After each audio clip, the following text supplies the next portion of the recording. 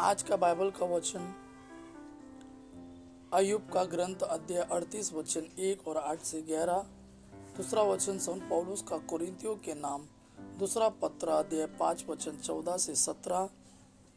और आज का सुसमाचार संत मरकुस के अनुसार अध्याय 4 वचन 35 से 41। अय्यूब का ग्रंथ अध्याय 38 वचन 1 और 8 से 11।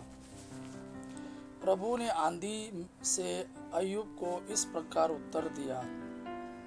जब समुद्र गर्त में से फूट निकलता था तो किसने द्वार लगाकर उसे रोका था। मैंने उसे बादलों की चादर पहना दी थी और कोहरे के वस्त्रों में लपेट लिया था। मैंने उसकी सीमाओं को निश्चित किया था और द्वार एवं सिटकनी लगाकर उससे यह कहा था, तू यहीं तक आ सकेगा, आगे नहीं। तेरी तरंगों का घमंड यही चूर कर दिया जाएगा।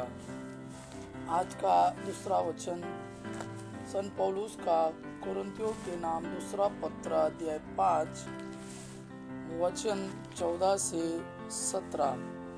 क्योंकि मसीह का प्रेम हमें प्रेरित करता रहता है। हम यह समझ गए हैं कि जब एक सबों के लिए मर गया तो सभी मर गए हैं। मसीह सबों के लिए मरे, जिससे जो जीवित है वे अब से अपने लिए नहीं बल्कि उनके लिए जीवन बिताए जो उनके लिए मर गए और जी उठे हैं। इसलिए अब से किसी को भी दुनिया की दृष्टि से नहीं देखते। इसलिए हम अब से किसी को भी दुनिया की दृष्टि से नहीं देखते। हमने मसीह की को पहले दुनिया की दृष्टि से देखा, किंतु अब हम ऐसा नहीं करते। इसका अर्थ यह है कि यदि कोई मसीह के साथ एक हो गया है तो वह नया सृष्टि बन गया है। पुरानी बातें समाप्त हो गई और सब कुछ नया हो गया है। आज का सुसमाचार संत मरकुस के अनुसार अध्याय 4 वचन 35 से 41। उसी दिन संध्या हो जाने पर ईसा ने अपने शिष्यों से कहा, हम उस पार चले।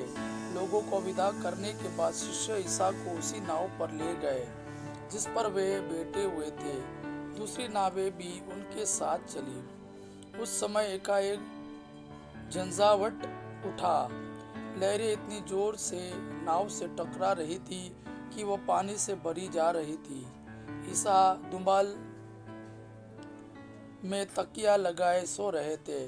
शिष्यों ने उन्हें जगा कर कहा, गुरुवर, हम सब डूब रहे हैं, क्या आपको इसकी कोई चिंता नहीं?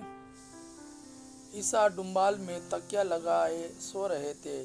शिष्यों ने उन्हें जगा कर कहा, गुरुवर, हम डूब रहे हैं, क्या आपको इसकी कोई चिंता नहीं? वे जाग गए और उन्होंने वायु को डांटा और समुद्र से कहा, शांत हो, थम जा।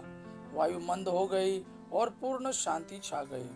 उन्होंने अपने शिष्यों से कहा, तुम लोग इस प्रकार क्यों डरते हो? क्या तुम्हें अब तक विश्वास नहीं है? उन पर भय छा गया और वे आपस में यह कहते रहे, आखिर यह कौन है? वायु और समुद्र भी इनकी आज्ञा मानते हैं। यह प्रभु का वाणी है। प्रभु को धन्यवाद।